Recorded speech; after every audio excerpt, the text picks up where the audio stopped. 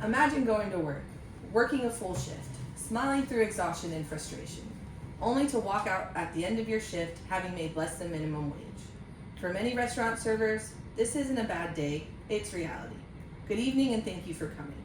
Today, I want to talk to you about tipping, what actually happens to the tips you leave, and why those tips matter more than you may realize. Almost all of us go out to eat at restaurants or grab drinks at a bar. And when we do, we have an important decision to make. How much to tip? That decision may feel like a small one, but the tip you leave directly affects the server's ability to pay rent, buy food, and cover necessities. To help you understand where I'm coming from, I had my first restaurant job at 17 as a busser. At 18, I became a server. Now at 36, I spent majority of my adult life working as a server, and I currently work at Carrabba's. I've experienced firsthand what it feels like to depend on tips and how someone's tipping decisions affect my ability to pay bills and survive financially.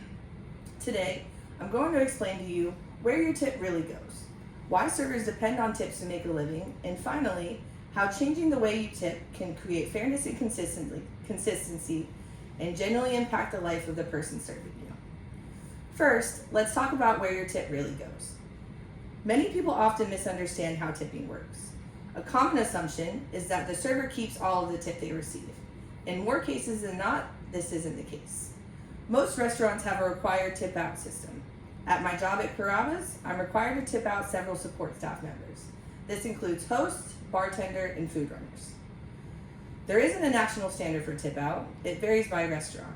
But according to RestaurantWorks, from an October 9th, 2025 blog, about 1/3 of U.S. restaurants participate in formal tip sharing system. To give you a real example, this visual shows a money checkout from one of my shifts at Carrabba's. When someone leaves me a tip, I'm required to tip out 3% to a bartender, 3.5% to host, and 6.5% to the food runners. That means a significant amount of what you leave does not go directly to me. Here's the part people don't realize. Even if someone leaves me little or no tip, I still have to tip out.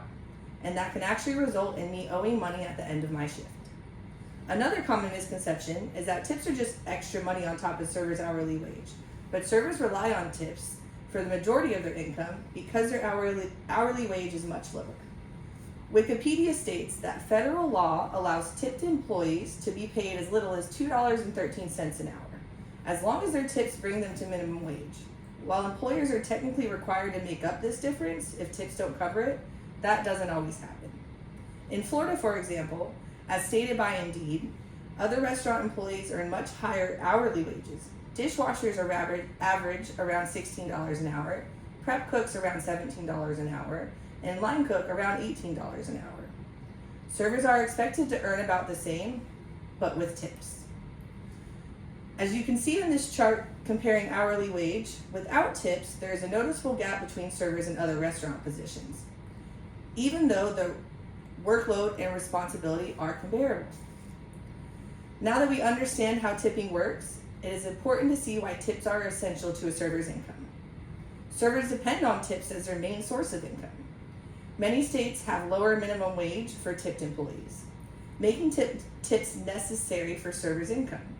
The U.S. Department of Labor reported July 31st of 2025 that in Florida, the minimum wage for non-tipped employees is $13 an hour, and for tipped employees, it's $10 an hour, with a scheduled increase until non-tipped employee hourly wage reaches $15 an hour.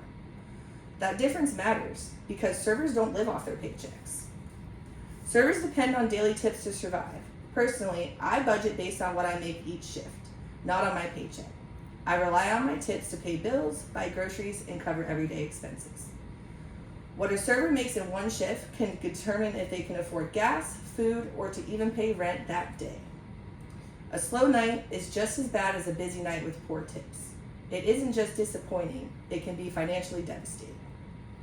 Because servers rely so much on tips, the choices we make about tipping as customers really does affect a server's ability to make money.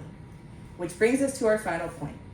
By changing how you tip, it can create fairness and consistency and directly supports the person who served you. When you tip consistently, you are ensuring servers are compensated and you are providing them with reliable income.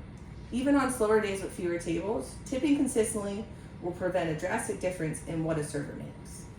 When you tip fairly overall, not just for exceptional service, it provides servers with the compensation they deserve for the service, time, and effort they provided, just as anyone would expect to be paid for the work they did. So by tipping fairly, around 18 to 20%, and consistently every time we go out, it helps protect servers from factors that are out of their control. Now that we understand how tipping works and where your tip goes, why servers depend on tips, and what we can do as customers, let's move to the conclusion and bring it all together. Today we discussed how tipping is more than just something extra added onto your check. It is necessary and a vital part of how servers make a living. We've seen that servers don't often receive all of their tip, often receive wages lower than minimum wage, and rely on tips for majority of their income to pay for basic necessities like rent, food, and bills. When we better understand where our tip actually goes and how much servers rely on it, we can begin to shift our perception of tipping from something optional to customer shared responsibility that creates fairness and consistency. So next time you go out to eat at a restaurant or grab drinks at a bar, remember this. Your tip isn't just payment for service you received, your tip is supporting someone's livelihood.